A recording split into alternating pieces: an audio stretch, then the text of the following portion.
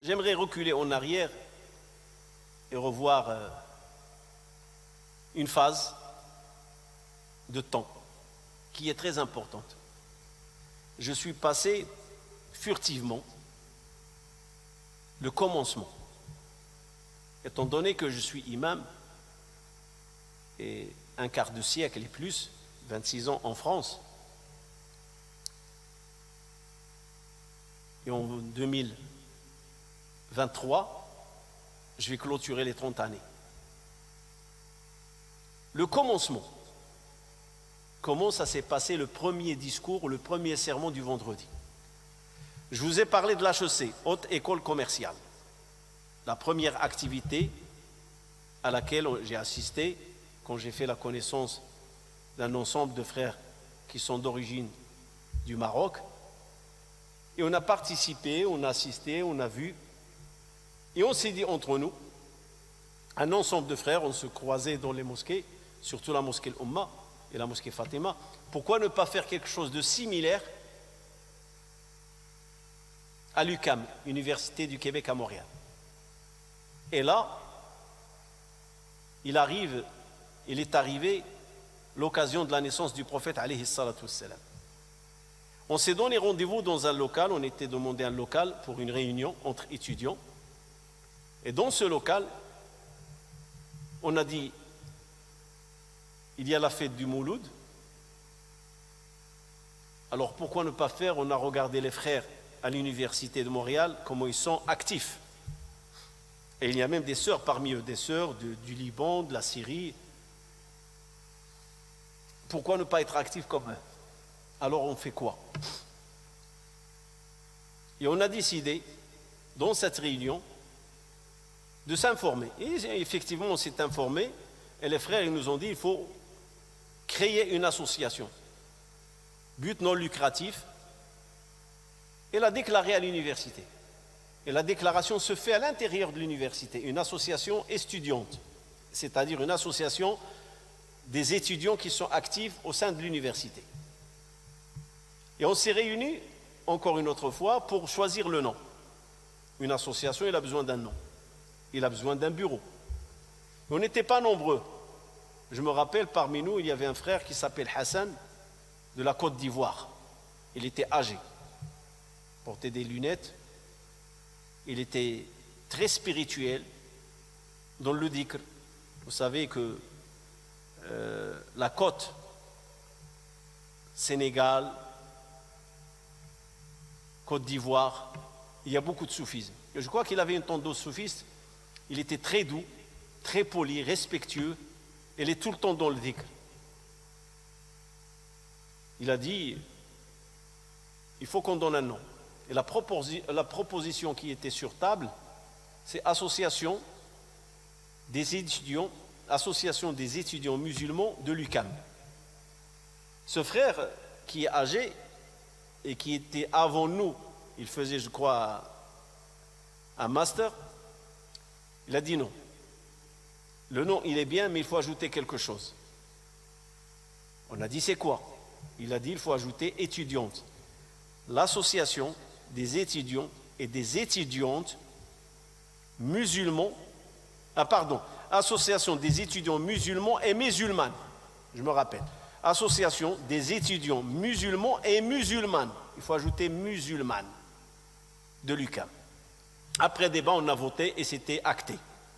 L'association des étudiants musulmans et musulmanes de l'UQAM. On est passé au bureau et le frère il a proposé, il a dit on prend Khattabi. Et j'étais le premier président de cette association. Actuellement, je ne sais pas qu'est-ce qu'il y en est. Elle existe encore ou non, j'en ai aucune idée.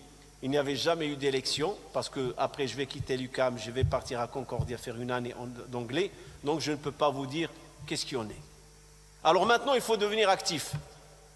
Et la première activité qui nous est passée à l'esprit, c'est la prière du vendredi. Et la prière du vendredi, c'était pour nous une prière contraignante, le vrai terme. Parce que sortir de l'université et prendre le métro et aller dans une des mosquées, parce que les mosquées les plus proches à l'UQAM, c'est la mosquée Al-Umma et la mosquée Fatima, à une station de métro, pour ceux qui sont à Montéberry. Et Montéberry, c'est la station centre. C'est là où il y a l'UQAM. L'UQAM, c'est une grande université. Il y a plus que 40 000 étudiants à l'Université du Québec à l'époque. Et le grand centre de l'UQAM, c'est Montéberry, c'est là où il y a la grande université. Puis il y a des annexes.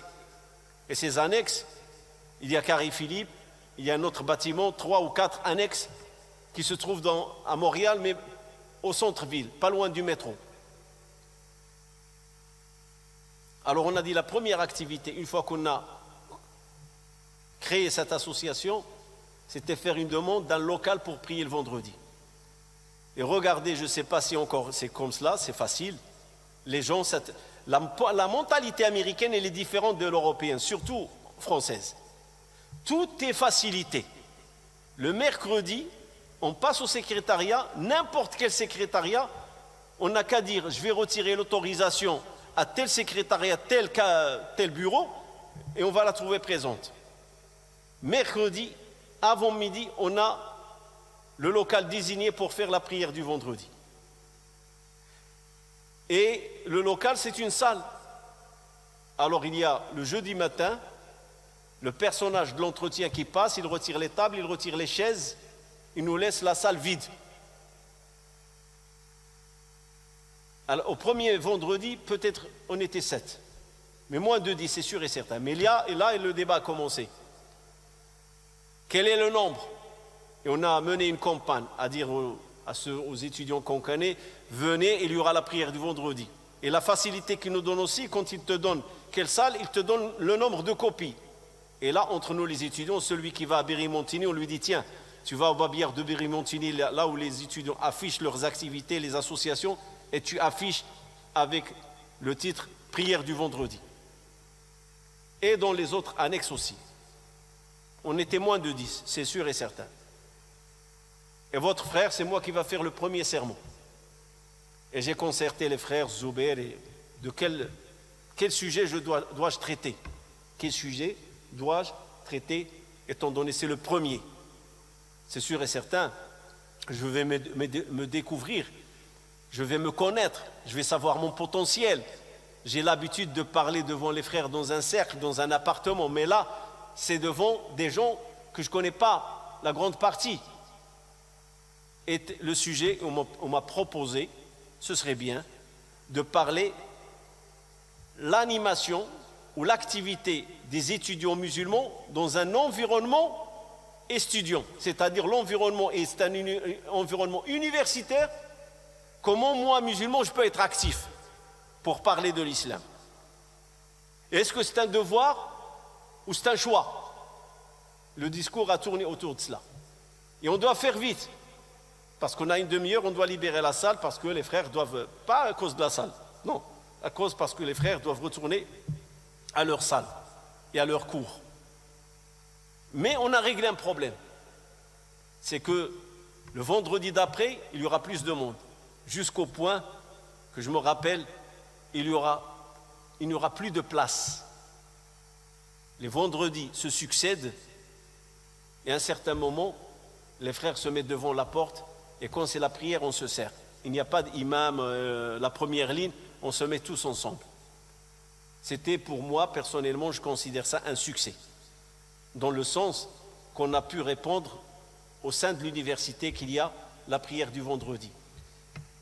Et c'est parce que c'est les frères de l'université de Montréal, ils font la prière. Et ils ont, machallah, une équipe. Il y a des Libanais, il y a des Syriens, il y a des Jordaniens, il y a des Égyptiens. Il y en a tous ceux qui parlent français, surtout ces 3 pays.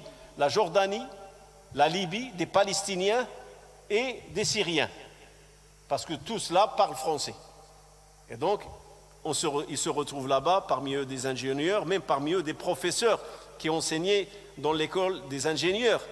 Je ne veux pas citer de nom, qu'ils étaient là pour prendre la relève entre eux et faisaient le discours du vendredi. Et même, ils avaient l'habitude de prendre le relais pour la mosquée Fatima. C'est pour ça qu'il y avait une équipe qui prenait le relais, que ce soit la mosquée Fatima, que ce soit l'université de Montréal. Par contre, à l'université du Québec, c'est une université qui n'est pas polytechnique. Il y a la gestion, le tourisme, l'informatique, les maths. le côté des études de technologie, mais ce n'est pas l'ingénierie. Il y a un frère qui a participé avec nous à la création de cette association, dont j'ai oublié le nom, et je tiens toujours à le répéter. Il ne faut pas m'en vouloir si j'oublie des noms, il ne faut pas m'en vouloir si j'oublie des dates. Et je parle approximativement, parce que je n'ai pas de journal, ou je n'avais pas l'habitude d'entretenir un journal. Et donc j'essaie de définir les choses par tâtonnement. Il y a un ordre dans mon esprit, j'essaie de trouver la date plus ou moins, ou l'année plus ou moins. Alors il y avait ce frère qui était marié avec une Canadienne convertie à l'islam, qui prenait le relais avec moi. Et ce frère, il était soufi. Et alhamdoulilah, ça fait un équilibre. Moi, j'ai suivi une formation, je suis un homme de terrain, d'actualité. Je suis très attaché à l'actualité, l'islam est l'actualité, l'islam dans la société. Mais lui, il était très attaché au cœur. Jazahullahu khair. Et je ne sais pas qu'est-ce qu'il en est de ce frère. Et donc, ça commence à se répandre, et je commence à m'exercer, et je commence à gagner confiance. C'est comme ça. En voyant les autres faire, on a dit nous aussi on doit faire. Alors il y a un élément qui est très important dans les journées de l'islam, on les appelle les journées de l'islam. C'est qu'il y a un film à l'époque qui s'est répandu. Le Messager, en arabe Al-Risala, Anthony Quinn, Abdullah Ghaith. Parce qu'il y a deux versions du Messager. Il y a la version arabe, c'est des acteurs musulmans et arabes. Et il y a la version occidentale qui est en anglais, mais dont le doublage est en français, il existe. Alors on a vu les frères à HEC, ils louaient ce film. Ils le diffusaient gratuitement. Il y a une salle, un amphithéâtre dans lequel on peut faire des projections. Et croyez-moi, il attire, parce que c'est un film, Le Messager, le cinéma, à l'époque, il n'y avait pas les réseaux sociaux. Et donc quand tu fais l'annonce qu'il y a un film qui va être diffusé, qui va parler du Messager de l'islam, ça attire beaucoup de Canadiens et Canadiennes, surtout beaucoup de Canadiens, les femmes. Ils sont très intéressés et très curieux à connaître la religion musulmane. Une autre remarque, l'Amérique du Nord en général, et quand je dis l'Amérique du Nord, l'Amérique, les États-Unis et le Canada, la population elle est pauvre en culture générale. Pourquoi? Parce que c'est le capitalisme. Le souci, c'est les études, l'argent, travailler, réussir. Vous savez, je me rappelle de la guerre du Golfe. Je me rappelle de la guerre du Golfe et je me rappelle au JT, journal télévisé, ils ont passé un professeur quand la guerre du Golfe a commencé en 91. Et cet professeur, il veut lui poser la question, qu'est-ce que tu penses de cette guerre? Et vous savez qu'est-ce qu'il a dit le professeur? Il a dit, je remercie Saddam. Si ce n'est pas lui, mes élèves ne vont pas comprendre quand je leur parle de l'Irak, que je leur parle du Moyen-Orient, ils ne comprenaient rien. La guerre du Golfe nous a permis à faire connaître à nos étudiants, à nos élèves, où se trouve le Moyen-Orient. Avant, on leur expliquait, ils sont désintéressés. C'est un monde lointain, en avion il faut 14 heures pour y arriver, c'est très loin. Et la guerre du Golfe a permis à la génération des années 90-91 à savoir où se trouve le Moyen-Orient, où se trouve le pétrole et qu'est-ce qui se passe dans le monde. Et ça, c'est une réalité. Les Américains disent « Believe as you want, but don't preach me ». Crois à ce que tu veux, mais ne me prêche pas. Le prêche américain, le dollar, le dollar, le dollar. Alors tu viens dans un milieu qui est le milieu capitalisme, ou capitaliste, et tu commences à parler de la religion. Et la religion, ce sont d'autres valeurs. Tu commences à parler de Mohammed sallallahu alayhi wa sallam, la miséricorde de l'univers. Nous aussi, on va entreprendre le pas. Et on va réserver la location de ce film. Et subhanallah, le jour où on devrait diffuser le film, la société n'a pas pu nous le livrer parce que le technicien vient avec pour le diffuser. Il n'a pas pu parce qu'il y avait une tempête de neige. Et comme il y avait une tempête de neige, il y avait moins de spectateurs pour se déplacer. C'était une grande tempête, je me rappelle, et on va dire c'était un destin. Et on n'a pas pu le diffuser. Et beaucoup de monde, il attendait de voir à l'UQAM le film Le Messager. Le film Le Messager, qui parlait du prophète alayhi as-salatu was-salam. Donc, c'est mes débuts. mes premiers pas vers l'imama, mes premiers pas vers la da'wa, sortir de l'appartement, sortir d'un cercle petit vers un espace plus large, vers l'horizon. C'est ce qu'on est aujourd'hui. Et c'est là on va voir, est-ce que tu es compétent, tu es capable d'escalader les échelons, ou je ne suis pas compétent. Il y a la première crainte. Et au premier échec, je vais chuter. Mais alhamdoulilah, j'ai résisté. Il y avait la détermination.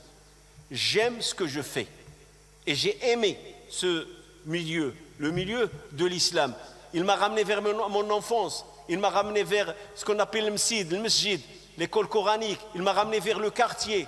Il m'a ramené vers l'oncle, le cousin de la maman qui m'a enseigné. Il m'a ramené vers Cheikh Bouchaïb Lahadna, l'aveugle que je vous ai promis, comme quoi je vais faire un épisode sur lui. J'étais sa canne. Il était aveugle. Et je l'accompagnais. C'est-à-dire la da'wa. Et ça, c'est une guidance d'Allah subhanahu wa ta'ala. Ne crois pas que tu peux y aller tout seul. Si Allah ne t'a pas mis dans la voie, et si Allah ne veut pas faciliter cette voie pour toi, tu ne réussiras pas. Tu feras des dégâts. Mais Allah, moi, il me l'a facilité. Allah, il m'a donné la baraka. Je ne me vante pas. Et je vais en citer. Alors on commence à bouger. On commence l'animation. Et on commence à reproduire les enseignements. Et c'est vrai, à cette phase-là, je suis qu'une personne qui répète. J'y vais dans les livres, je lis, j'avais une mémoire, j'apprends vite, je mémorise et je répète ce que disent les autres. Je ne dirais pas que je manquerais de discernement, mais je n'avais pas le potentiel et le courage de contester ou de rectifier ou d'interpréter autrement ce que je lis. C'est difficile. On n'a pas encore la science. C'est vrai, parfois je lis certaines choses et je me pose des questions. Mais actuellement, je suis élève. Comme parfois des frères, ils me disent, voilà, écoute, je fais des études économiques ou des études pour la comptabilité. Et vous savez, la comptabilité, elle est basée sur l'usure. Je fais quoi? Je continue mes études? Je lui dis, oui, tu continues. Usure ou pas usure, tu continues tes études. En économie, en comptabilité, en statistique, tu continues parce que tu es l'élève. Tu apprends. Tu sais quand est-ce que tu décides et tu assumes quand tu auras ton diplôme. À ce moment-là, tu fais le choix. Où travailler? Avec qui travailler? Et qu'est-ce que je fais de mon diplôme? Et je fais mes choix. Parce que j'ai mon diplôme, ça me permet de choisir. Mais quand je suis étudiant, je ne peux pas choisir. Je suis élève. Je ne vais pas dire au prof, ne m'enseigne pas l'usure. Tu veux changer tout le système, tu ne pourras pas. Mais une fois que tu as ton diplôme, fais ce que tu veux. La même chose, une fois quelqu'un qui fait des études de la restauration. Il m'a dit, mais dans la restauration, il y a le porc, il y a l'alcool. Je dis, tu as choisi cette branche. Tu aimes cuisiner. Et tu sais qu'ici, dans ce pays, ça marche avec les diplômes. Alors quand on est élève, on ne choisit pas, on subit. Quand est-ce qu'on choisit? Quand on a notre diplôme. Une fois que tu as ton diplôme de restaurateur, ou de cuisinier plutôt, à ce moment-là, tu choisis qu'est-ce que tu cuisines et qu'est-ce que tu ne cuisines pas. Tu peux faire ton propre projet. Mais là, tu n'as pas le choix. La même chose, je dirais, de la médecine. Quand tu es médecin, tu vas étudier la médecine, tu ne vas pas commencer à imposer tes convictions. Tu es étudiant, tu n'as pas le choix. Tu suis le cursus des autres. Mais une fois que tu es médecin, à toi et ta conscience, parce que tu es libre et tu es indépendant. Tu as un code qui te gère, mais tu restes quand même libre. Et tu auras de l'éthique. Et comment tu vas traiter les patients, qu'ils soient masculins ou féminins, et comment les respecter. Tu auras ta responsabilité. Mais pendant que tu es étudiant, tu ne peux pas dicter tes règles. Tu ne peux pas. Et donc, j'étais étudiant dans ce sens-là. Je ne peux pas contester ou dire ou reprocher ou être en désaccord. Je n'ai pas le potentiel. Mais ce qui m'a beaucoup aidé, et je l'ai déjà souligné, c'est la lecture. Mon cheikh, il m'a dit, lis. Ce n'est pas pour rien, Allah subhanahu wa ta'ala, il a révélé ce premier mot, lis. Il m'a dit, lis. C'est la lecture qui va t'enrichir. Et c'est la lecture qui va te permettre de comparer. Et c'est la lecture qui va renforcer ton discernement. Et c'est la lecture qui va te donner la lumière dans ce que tu es en train de lire. Et bien sûr, il y a la piété, la prière, se confier à Allah subhanahu wa ta'ala, se retourner vers Dieu. le dévouement, la sincérité, ça il ne faut pas l'oublier. C'est de facto.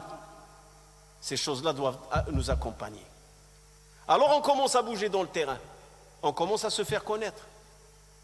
Et là, ce que je vais vous dire, ça risque de vous choquer. Nous qui venons du nord d'Afrique, et quand je dis le nord d'Afrique, je vais spécifier 3 pays, exactement. Le Maroc, l'Algérie, la Tunisie, 3 pays. On est considéré, sans science, on est considéré, malheureusement, et je vous parle des années 80. Quand je suis arrivé au Canada, il n'y a que des cassettes.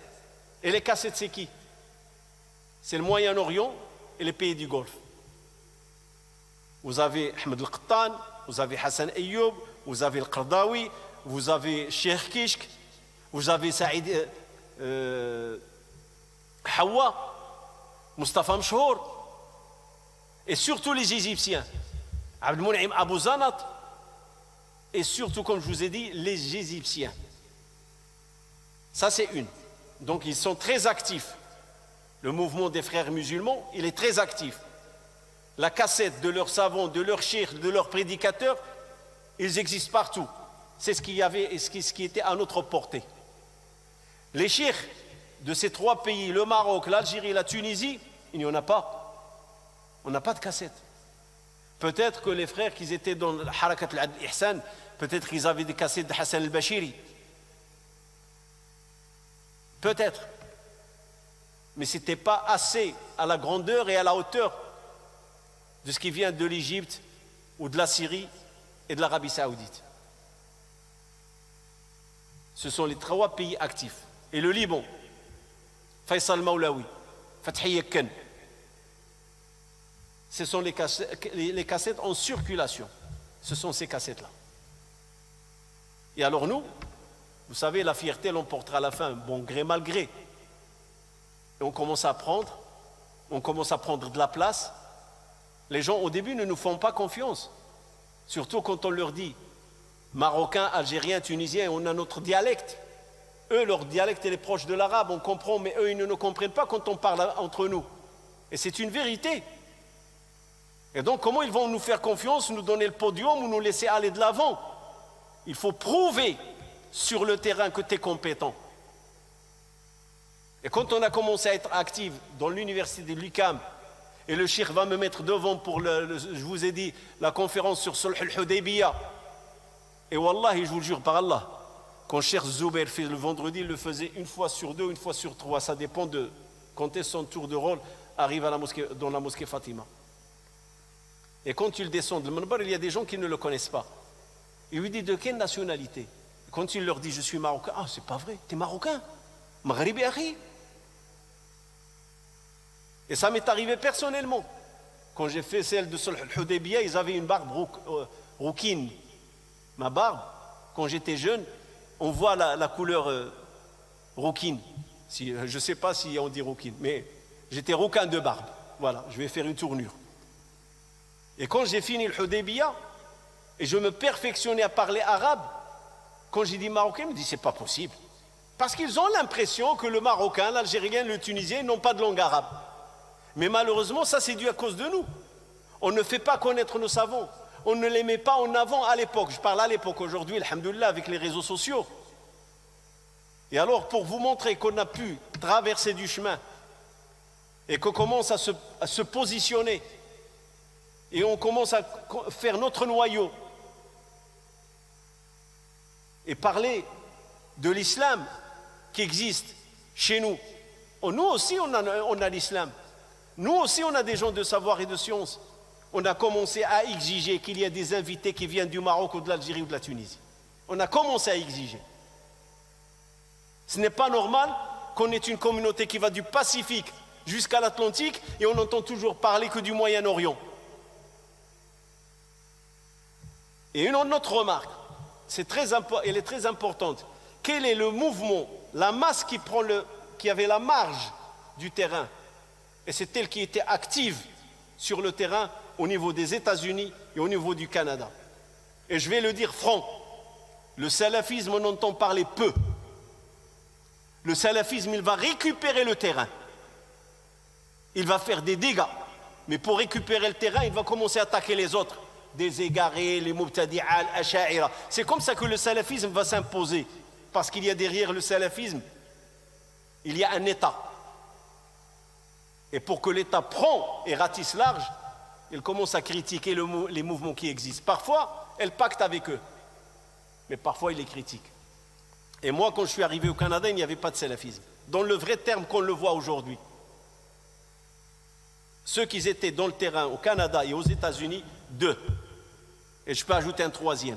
Mais ils étaient peu.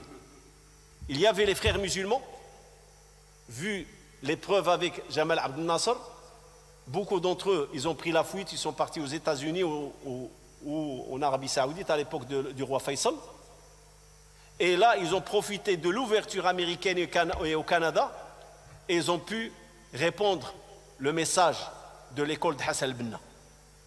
Il y a aussi la guerre civile du Liban, je l'ai déjà dit. Il y avait un ministre de l'extérieur canadien qui a fait une circulaire spéciale pour les Libanais. Tout Libanais qui met les pieds au Canada, il a le refuge politique, le statut de réfugié politique. Et c'est pour ça que nous, les Maghrébins, quand on est arrivés au Canada, la grande partie de l'immigration, c'était des Libanais. Ils étaient les premiers. Ils avaient les commerces, ils avaient les restaurants, parce que la guerre civile, c'est les années 70, je crois 76. Donc, il y a beaucoup de Libanais qui ont pu trouver refuge et immigrer au Canada. Et quand nous, on est arrivés, ils étaient les premiers. À Montréal, ce qu'on appelle la province du Québec, la grande communauté musulmane parmi les immigrants, je ne parle pas des Asiatiques parce que les Pakistanis sont plus nombreux, mais je parle des Arabes musulmans. C'était les Libanais. Alors on commence, et le Maya que je vous ai dit, Muslim Youth Association, Maya, musulmans Nord-América, Maya, la grande partie de ceux qui la gèrent, c'était des Libanais. Et on a commencé à faire un peu de bruit. Et on leur disait, ce n'est pas normal. Ils ont commencé à nous découvrir. Il y a des frères algériens qui ont commencé à s'exprimer. Il y a des frères tunisiens. Les Tunisiens, avec l'épreuve qu'a connue Rachid Ghannouchi, Abdel Fattah Moro et tout ce qui se passait en Tunisie, le coup d'État contre Bourguiba, l'arrivée de Chil Abidine, tout cela a fait en sorte que les Tunisiens, ils avaient le podium pour faire connaître ce qui se passe en Tunisie et ce que subissent les gens de la Da'wa et ce qu'on leur inflige et l'État, comment il les traite, le viol, les agressions. C'est un sujet dégoûtant, inhumain. Alors les frères tunisiens, ils ont pris de l'avant. Et il y a des frères qui ont pu prendre la fuite et quitter la Tunisie d'une façon ou d'une autre avec des moyens. Ils sont arrivés au Canada, ils ont demandé refuge politique et ils nous racontaient. Et parmi eux, il y avait des professeurs. Et ces professeurs-là, ils ont pris la relève à la mosquée Fatima, ils commencent à donner des conférences, ils commencent à faire des sermons de vendredi. Donc l'équipe de la mosquée Fatima commence à s'enrichir par les Maghrébins. Nous, les Marocains, on avait Cheikh Zouber qui était devant, c'était notre maître. C'est lui qui était en avant pour nous soutenir et nous encourager, nous encadrer et nous enseigner. Et on a commencé à faire du bruit. Et à l'année 91, on va récolter le fruit. On va pouvoir faire pression.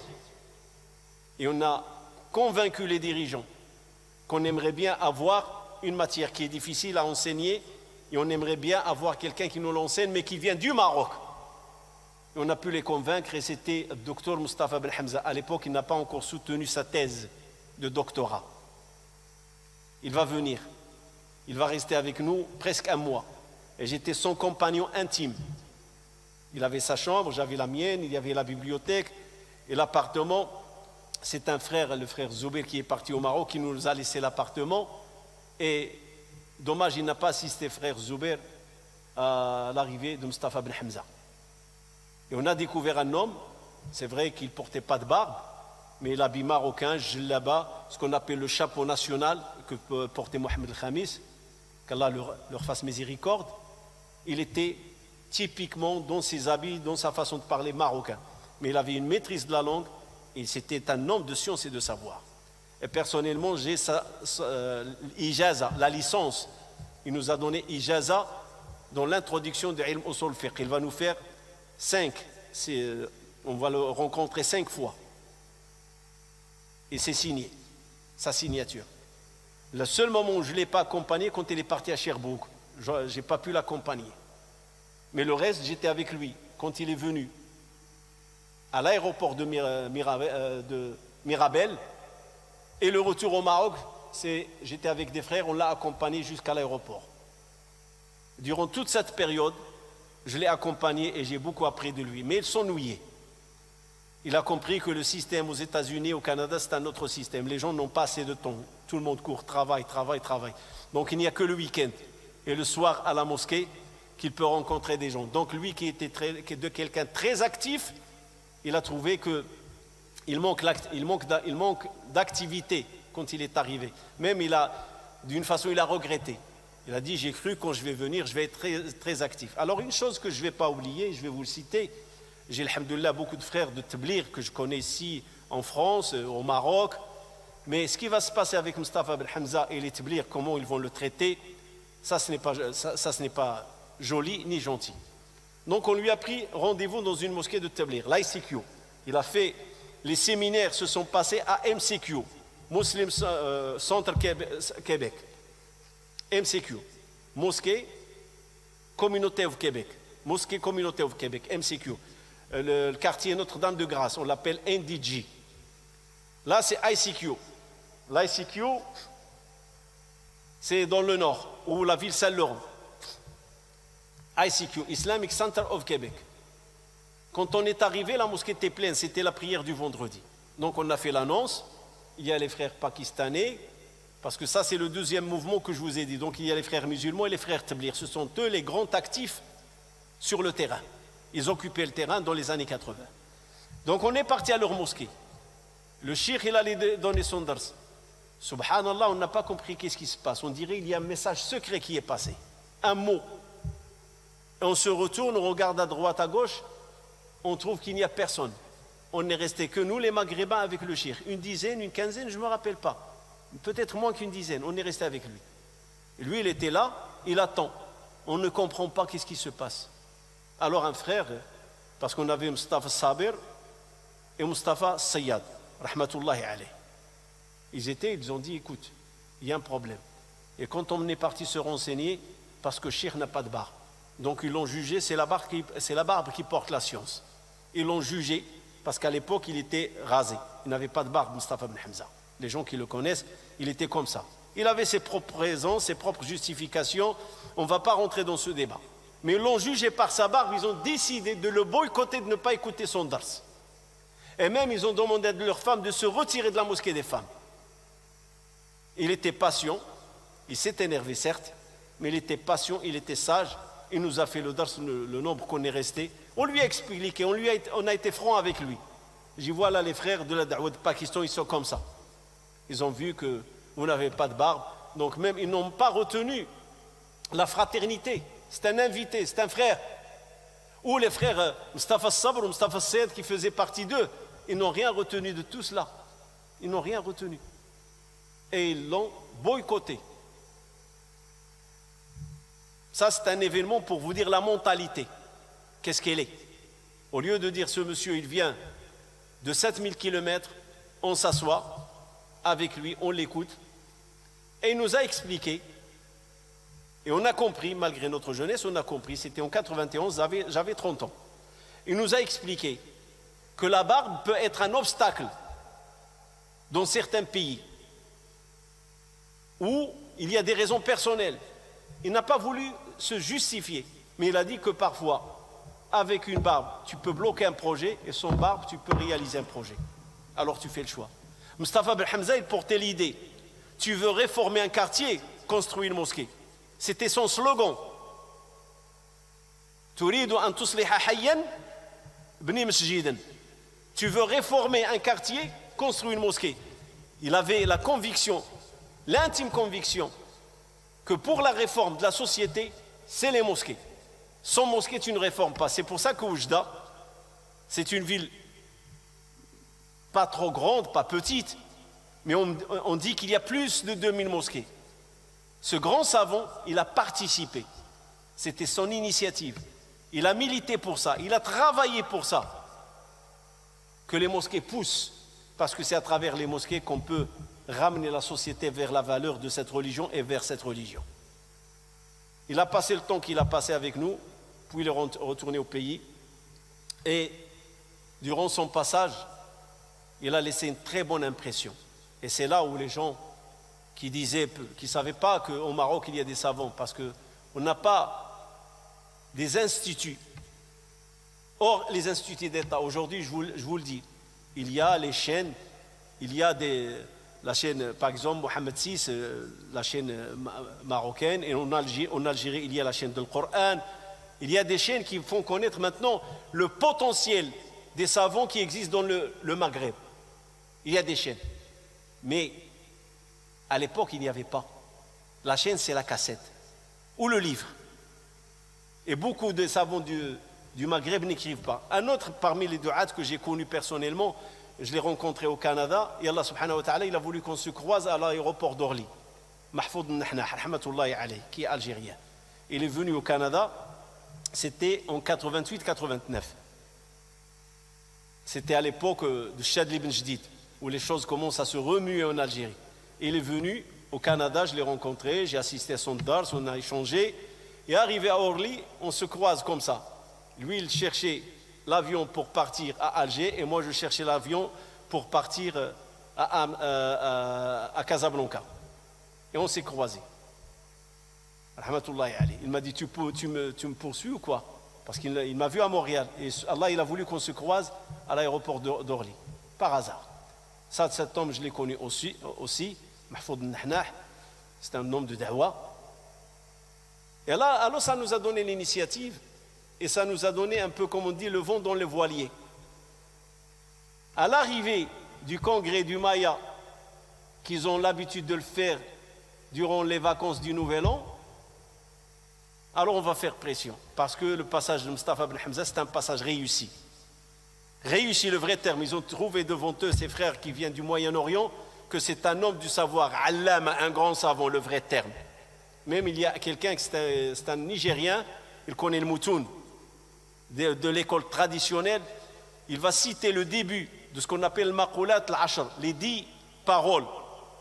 Mustafa Ben Hamza va lui répondre, il va citer le Maqulat, il va les lui expliquer. Ça rentre dans ce qu'on appelle Ilm al-Kalam, ou Ilm al-Mantiq. Il a voulu le tester, malheureusement.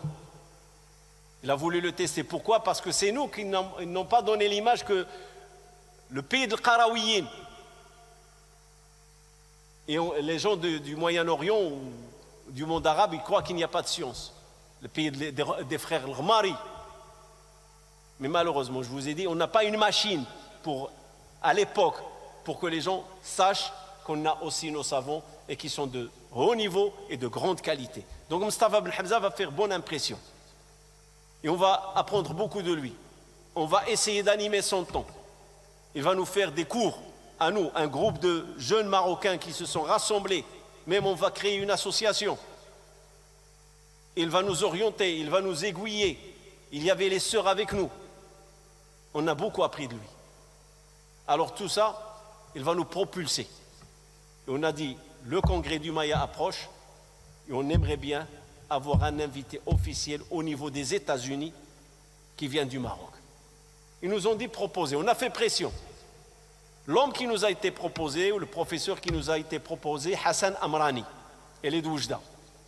C'est un homme de poésie, de littérature, et c'est un da'iya. Il est professeur à l'époque à l'université d'Oujda. Malheureusement, on va lui envoyer tous les documents. Et les États-Unis vont refuser de lui donner un visa. Hassan Amrani, le docteur Hassan Amrani. Alors, quand il a eu le refus, on leur a demandé de nous proposer quelqu'un d'autre. Et Allah subhanahu wa ta'ala, il a voulu que c'est cette personne qui vient. C'était Al-Muqri Al-Idrisi Abu Zayd, le docteur Al-Muqri Al-Idrisi Abu Zayd. La première fois qu'on l'a rencontré, c'était aux États-Unis, je crois qu'il avait 35 ans, moins de 40 ans, il était encore jeune. Et je vais vous donner mon sentiment. Il y a toujours cette méfiance. on ne lui a pas accordé une conférence principale, parce qu'il y a la salle des conférences, et alentour du palais des congrès, il y a des petites salles de 300, 400 personnes, où il y a des séminaires. Alors le frère, le Muqri Idrissi Abou Zaid, il a choisi la matière suivante. La matière, la marche du Coran. La marche du Coran. L'itinéraire du Coran. Comment le Coran a été compilé. Je l'ai imité et j'ai beaucoup appris de lui. Et cette marche-là, personnellement, je l'ai reproduit dans la mosquée Carpentras, dans cette mosquée ici et dans d'autres mosquées. Quand on m'invite pour intervenir, faire une conférence, j'ai profité de ce que j'ai acquis de Muqri Idrissi Abou Zaid. Et je l'ai transmis. Et j'en ai ajouté parce que j'étais cherché, j'étais bouquiné, surtout aujourd'hui avec les réseaux sociaux. Et on a les livres à notre portée. Ce que je vous raconte, c'était en 91, décembre 91. Le Muqri Idrissi Abou Zaid, quand il va venir, je me rappelle, la première séance, on était combien? Moins d'une centaine. Même pas le tiers de la salle qui était plein. Et ça, on sent, et ils ont fait les séminaires, ils les ont fait après le Dohr, où les gens vont se reposer, où ils vont aller parce qu'il y a le marché. Ils ont dit ce temps-là, c'est pour les séminaires. Et le Muqri, on lui a donné un séminaire et on a passé le mot entre nous, les Marocains du Canada, les Marocains des États-Unis, d'assister et d'écouter le Muqri Idrissi Abou Zaid. On était moins d'une centaine. Je regardais derrière moi, je vois la salle, elle est plus que moitié vide. Mais ce n'est pas grave. Il faut s'imposer. Il faut garder confiance en soi. N'oubliez pas, j'étais le petit. Et n'oubliez pas, on a commencé avec l'association. Et on était 7 à la prière du vendredi, au moins 7 ou moins de 10. Et j'ai fait l'itinéraire de l'escargot, tout doucement. On a pu, un ensemble de frères, se souder pour s'imposer. La vie, elle est faite comme ça. Tu ne t'imposes pas, personne ne te reconnaîtra. Mais le frère, le Muqri Idrissi Abou Zaid, tu peux me dire, voilà, on a un invité. Mais tu ne sais pas la qualité de l'invité. Tu ne sais pas qu'est-ce qu'il est. Tu ne connais pas son poids, tu ne connais pas sa charge scientifique, l'information qu'il a. Mais subhanallah, il a la facilité de parler sans interruption. En peu de temps, il nous a saisis. Et sa matière, il est riche. Il est parti de Qissat Adam pour parler de l'itinéraire, et parler du Coran et pour parler de l'être humain. Il a la parole facile. Allah lui a facilité la parole. Le lendemain, à la même heure, pas une place dans la salle. L'écho s'est répondu. Tout le monde venait voir le séminaire de cet invité marocain, ce jeune qui est venu du Maroc pour écouter la marche du Coran. Et dans une conférence principale, où je me rappelle d'un des invités, Mohamed Al-Hashimi, celui qui a la chaîne Al-Mustaqbal. Il est venu avec Youssef Al-Qardawi, maintenant je me rappelle. La conférence, il y avait Youssef Al-Qardawi, Mohamed Al-Hashimi, et je me rappelle que Mohamed Al-Hashimi, il a entamé la conférence avec le dernier tumun de sourate Youssef. ربي قد آتيتني من الملك وعلمتني من تأويل الأحاديث فاطر السماوات والأرض أنت ولي في الدنيا والآخرة توفني مسلما وألحقني بالصالحين. Il avait une très belle voix, c'était un jeune. Les frères musulmans le mettaient en avant. Et dans cette conférence, Al-Muqri Idrissi Abou Zaid, il va s'aligner avec l'auditoire pour prendre la parole. Tu avais 3 minutes. Il y avait la queue. Et tu avais 3 minutes. Tu dois poser ta question, dire ce que tu as à dire. Al-Muqri Idrissi Abou Zaid, il va prendre le micro, il ne le lâchera qu'après à peu près 20 minutes. Et personne n'a osé dire Al-Muqri, retire le micro, ou lui retirer le micro, ou lui copier le micro, lui dire, tu as dépassé le temps. Personne. Il a saisi la salle et les conférenciers. Il a parlé de l'école de l'Benna, critique. Qu'est-ce qu'il a construite? Qu'est-ce qu'il a donné? Qu'est-ce qu'il a fondé? Son impact dans le monde musulman. Je me rappelle de son intervention. Et quand il a fini, takbir, Allahu Akbar, takbir, Allahu Akbar. Vraiment, il a eu un impact.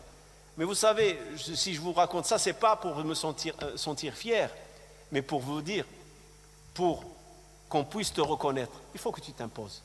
Mais il faut que tu t'imposes avec de la matière. Il ne faut pas que tu t'imposes avec jibha. Non, tu t'imposes avec de la matière, avec de la richesse. Et si tu n'as pas de la matière et si tu n'as pas de la richesse, ça ne sert à rien de t'imposer parce que tu vas échouer, tu vas couler. Et alhamdulillah, Allah subhanahu wa ta'ala, chaque fois qu'on a entrepris un pas, et je parle de ma personne, Allah subhanahu wa ta'ala m'a facilité, il m'a donné la baraka. Et je ne suis pas là pour me vanter, non. J'avais des profs derrière moi, j'avais un cadre derrière moi, j'étais récepteur, j'étais obéissant, j'étais discipliné, je n'étais pas bête, mais j'étais discipliné. Et je respectais les gens du savoir, et j'avais la soif du savoir. Et mon cheikh, il me disait, lis. La clé, c'est dans la lecture. N'abandonne pas la lecture. C'est la lecture qui va te renforcer le discernement. C'est la lecture qui va te renforcer. Et c'est la lecture qui va te propulser. Mais lis intelligemment. Ne lis pas bêtement pour vomir. Comme ils font beaucoup de jeunes aujourd'hui. Ah, cheikh, il a dit, cheikh, il a dit, cheikh, il a dit. Ils vomissent. Sans comprendre. Nous, on lisait intelligemment. Et on avait une marge de parole. On avait une marge de débat. On avait une marge de discussion. Et c'est dans ce cadre. Si j'ai consacré cet épisode aujourd'hui, c'est pour vous parler de cet itinéraire, de cet début, l'itinéraire de l'escargot, en 5 années. Et je considère que c'est une réussite.